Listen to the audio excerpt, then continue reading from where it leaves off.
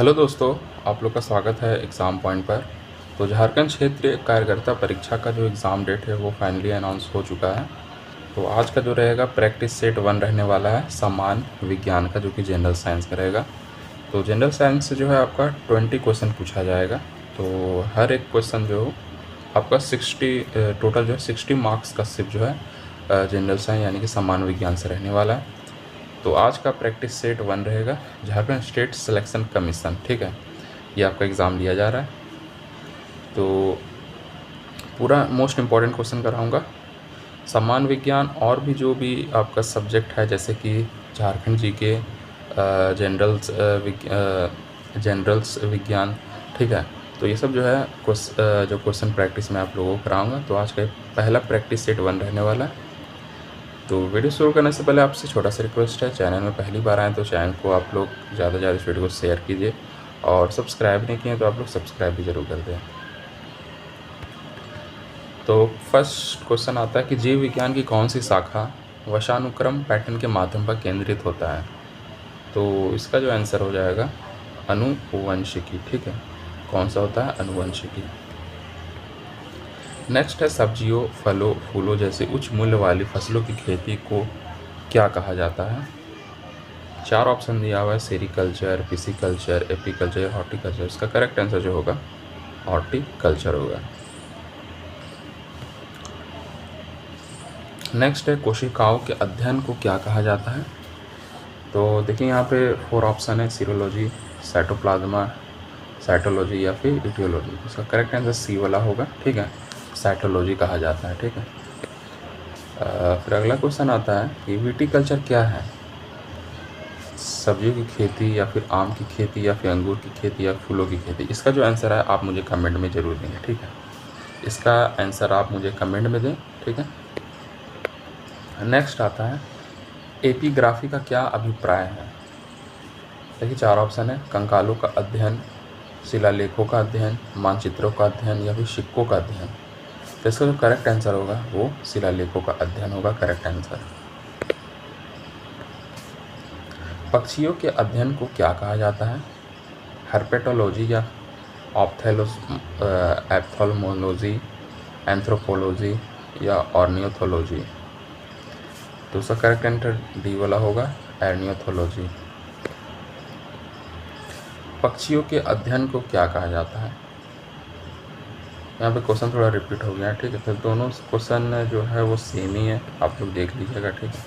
फिर भी मैं रिपीट कर दे रहा हूँ, एंटोमोलॉजी, ऑर्नियोथोलॉजी या फिर बर्डोलॉजी या फिर हैपोटोलॉजी। तो इसका करेक्ट आंसर होगा बी वाला होगा,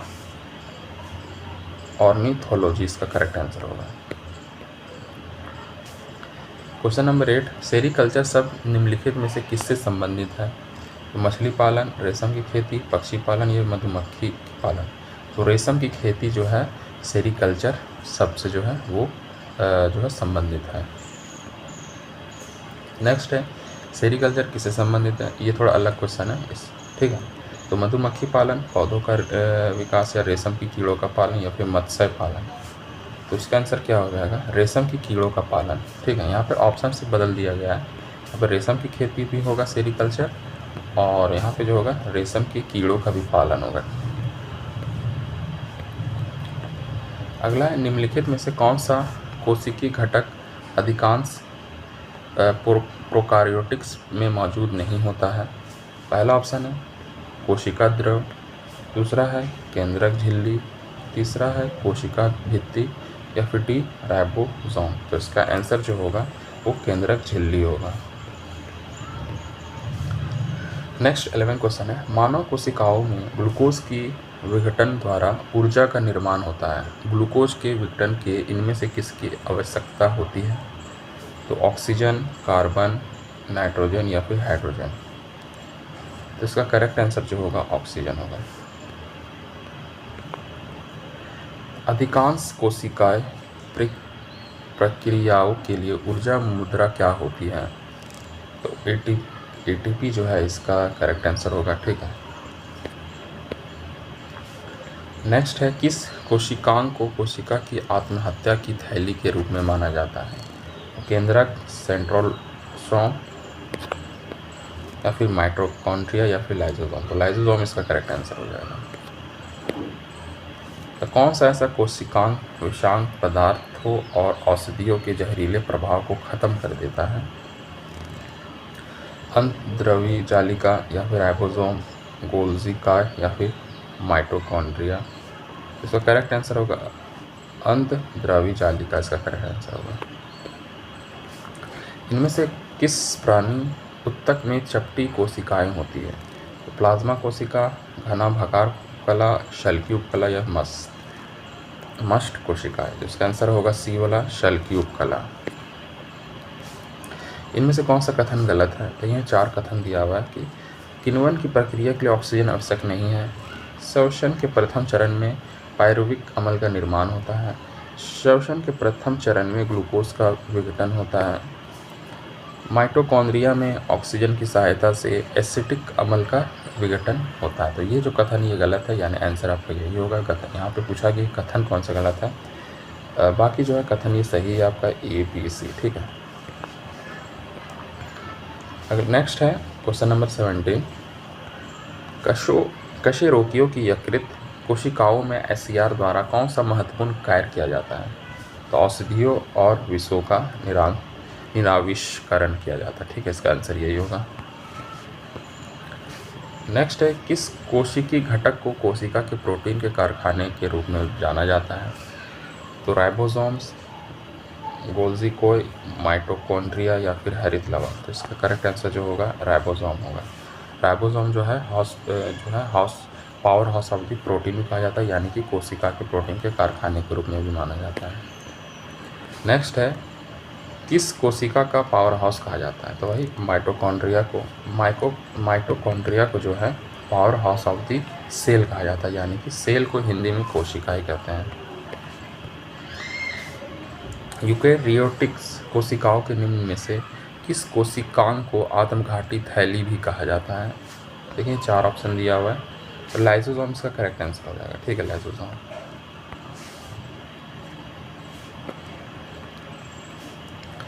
नेक्स्ट है इनमें से किस कोशिका को कोशिका की आत्मघाती थैली के रूप में भी जाना जाता है?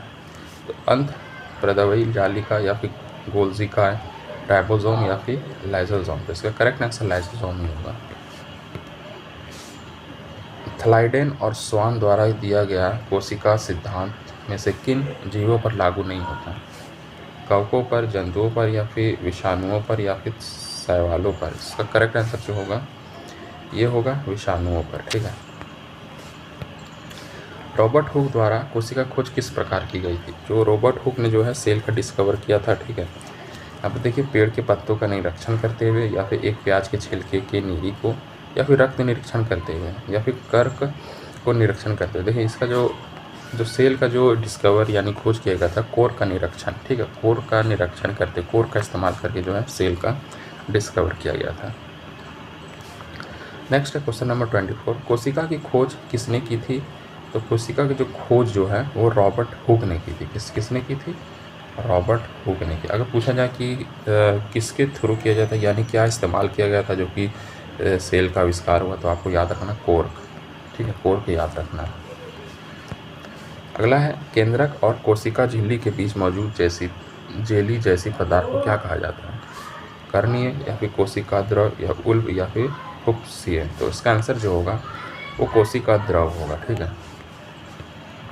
पानी की कमी के कारण कोशिका के संकुचित होकर कोशिका भित्ति से अलग होने की प्रक्रिया को क्या कहा जाता है? तो प्लाज्मोलिसिस कहा जाता है। क्या कहा जाता है? प्लाज्मोलिसिस कहा जाता है। क्वेश्चन नंबर 27 है किस कोशिका के पावर हाउस के रूप में माना जाता है? ठीक है, तो आपको याद रखना है माइटोकॉन्ड्रिया। माइटोकॉन्ड्रिया को जो है powerhouse of the cell कहा जाता है। ठीक है। क्वेश्चन नंबर 28, कोशिका का वह अवत्यम आवरण कौन सा है जो कोशिका के अवयव को उसके बाह्य वातावरण से अलग करता है? तो प्लाज्मा झिल्ली। ठीक है, याद रखना आपको है प्लाज्मा झिल्ली जो है। क्वेश्चन नंबर 29, स्वतंत्र अस्तित्व के सक्षम जीव की सबसे छोटी इकाई क्या होती है? सेल होती है। कौन सी होती है? सेल जो है वो सक्षम जीव की सबसे छोटी इकाई होती है। और लास्ट क्वेश्चन रहा आज का, क्वेश्चन नंबर 30, जीवन की मूलभूत इकाई यूनिट क्या है, ठीक है, यहाँ पे पूछा गया है। तो यूनिट क्या है मूलभूत इकाई का, तो कोशिका है, ठीक है, क्या है, सेल, ठीक है, सेल जो है वो मूलभूत इकाई जीवन का कोशिका है, ठीक है। तो इसका पीडीएफ जो है अगर आपको चाहिए तो इसका पीडीएफ भी मैं आपको प्रोवाइड कर दूंगा। इसका पीडीएफ जो है आपको मेरे टेलीग्राम ग्रुप में मिलेगा, ठीक है। मेरे टेलीग्राम ग्रुप का जो लिंक है इस वीडियो के नीचे डिस्क्रिप्शन में दिया हुआ है, आप वहाँ पे जाके ज्वाइन हो सकते हैं और इसका पीडीएफ जो है आपको वहाँ पे मिल जाएगा, ठीक है। तो प्रैक्टिस सेट बन रहा है, इसी तरह मैं डेली आप लोगों के लिए प्रैक्टिस सेट लाता रहूँगा और ये बिल्कुल परीक्षा आधारित प्रश्न रहने वाला है सारा। और झारखंड जी के सामान्य ज्ञान जो भी आपका है सिलेबस है सारा कुछ मैं आपको आज जो है मैं आपको झारखंड फील्ड वर्कर का जो एग्ज़ाम होने जा रहा है उसका सारा सिलेबस मैं कंप्लीट करा दूँगा, ठीक है। तो चैनल को सब्सक्राइब नहीं किए तो चैनल को सब्सक्राइब कर लीजिएगा और